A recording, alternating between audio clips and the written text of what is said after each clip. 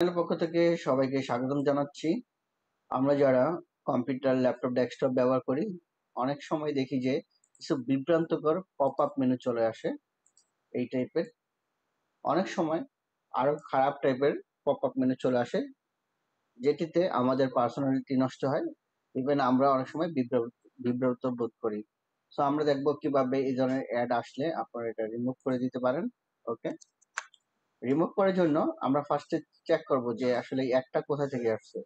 ওকে, আমরা এখানে যদি একটু খেয়াল করে দেখবো যে গুগল ক্রোম থেকে আসে। গুগল ক্রোম আপনাদের হয়তো অন্য ব্রাউজার থেকে আসতে পারে, সেক্ষেত্রে আপনারা সেটা ক্রয় করবেন গুগল ক্রোম। ওকে, তিনটা আইডি দেখতেছি গুগল ক্রোম থেকে। তাহলে আমরা এখন দেখবো যে কিভাবে এই পপ আপ মেনু গুলো রিমুভ করে দিতে পারি। ওকে,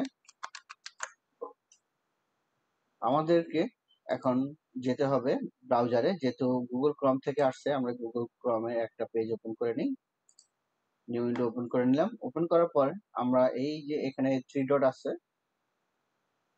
একটু দেখিয়ে দিই। এখানে যে থ্রি ডট আছে, এখানে আমাদেরকে ক্লিক করতে হবে। আমরা এখানে ক্লিক করলাম। এখানে ক্লিক করার পরে সেটিং অপশন আসবে, এই সেটিং অপশনে আমরা চলে যাব। ওকে, সেটিং অপশনে চলে গেলাম। সেটিং অপশনে যাওয়ার পরে আমরা এখান থেকে এই প্রাইভেসি এন্ড সিকিউরিটি চলে যাব। Privacy and security. Okay, privacy security.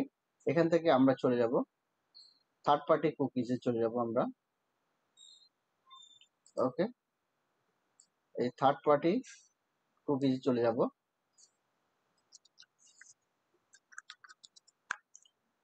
Third party কুকিজে click করলাম। ক্লিক করার পরে আমরা এখান থেকে নিচে দিকে আসবো।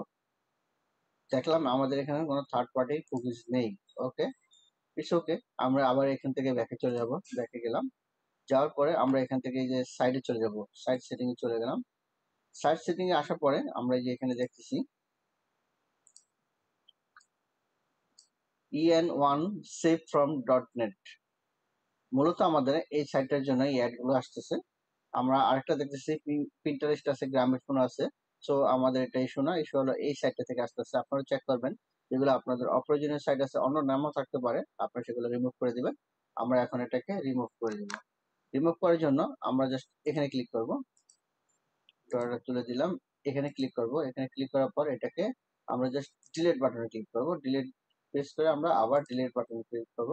দেখুন, ডিলিট বাটন ক্লিক করার পরে আমাদের কিন্তু পুরো অ্যাড বাটনটি চলে গেছে। ওকে, এই মেসেজটি আমাদের আর আসবে না। সো আপনাদের যদি আনঅথরাইজ এরকম কোনো কিছু থেকে থাকে, আপনারা সহজে এটা রিমুভ করে দিতে পারবেন। ধন্যবাদ চ্যানেল সাথে থাকার জন্য।